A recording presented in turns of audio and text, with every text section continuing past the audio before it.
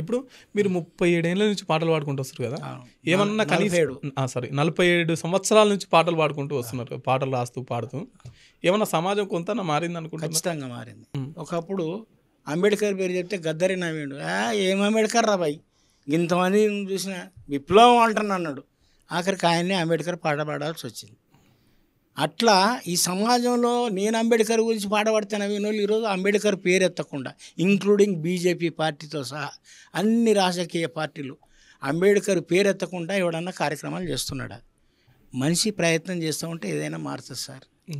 మారడానికి సంబంధించినటువంటి మార్పు అంటే ఉన్న పలంగా ఇట్లా అంటారంటే ఊష్మంత్రం అంటారంటే మార్పు రాదు. గ్రాడ్యువల్గా వస్తుంది, మెల్లగా వస్తుంది. ఆ మెల్లగా వచ్చేదాన్నే మార్పు. సడన్లీగా వచ్చినటువంటి మార్పు ఉండదు. మీరు అనుభవించినప్పటి మీరు చిన్నతనంలో చూసినటువంటి కులం ఇప్పుడున్న కులం ఒకటేనా? కులం ఒకటే, కానీ రూపులు మార్చుకుంది. అప్పుడు గోసి పెట్టుకుంది. ఇంకా కుల వివక్షత ఇప్పుడున్న కంప్యూటర్ కాలంలో కుల వివక్షత ఉందా? కులం అప్పుడు గోసి పెట్టుకుంది, ఇప్పుడు చెడ్డేసుకుంటుంది. అంతే తేడా. ఇక్కడ నాకంటే అంటే కంపెనీలలో అందరూ కులాలకు అతీతంగా పని చేసుకుంటున్నారు. అన్ని చోట్ల కులాలకు అతీతంగా పని చేస్తున్నారు. ఇంకెక్కడ కుల వివక్షత, కులం ఎక్కడుంది? నిన్ననే ఒక మీటింగ్ వచ్చిన సిద్దిపేట దగ్గర అంకిరెడ్డిపల్లి అనేది.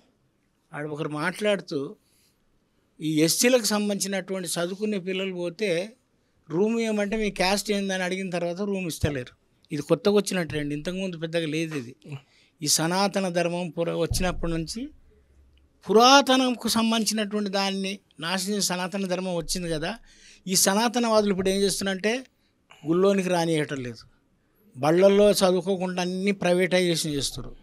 ఇళ్ళల్లో కూడా కిరాయిలు ఇవ్వకుండా కొంతమంది ప్రత్యేకంగా పనిచేస్తున్నారు. నువ్వు కులం అడిగి లీరాబాయ్ అంటే మనల్ని మూతికి ముద్దికా కట్టినటువంటి సమాజం ఉన్నది 2200 సంవత్సరాల క్రితం పీష్వాల కాలంలో. అటువంటి సమాజంలోకి నెట్టితే కానీ ఈ అంబేద్కర్ పేరు చెప్పుకొని ఇంత ఉన్నత స్థితిలోకి వస్తున్నట్టు, ఈ పూలే పేరు చెప్పుకొని ఉన్నత స్థితిలోకి వస్తున్నారు, ఈ బుద్ధుడి పేరు చెప్పుకొని ఉన్నత స్థితిలోకి వస్తున్నటువంటి వాళ్ళు మనకి మన రాజ్యాన్ని గుంజుకునే అవకాశం ఉంది. కాబట్టి మళ్ళీ వీళ్ళని వెనకటి స్థితిలోకి నెట్టాలి. మూతికి ముండికా కట్టుకొని వెనకకు చీపురు కట్టుకొని గంట కట్టుకొని ఎలా తిరిగారో అలాంటి సమాజంలోకి నెట్టడం కోసం ప్రయత్నాలు జరుగుతున్నాయి.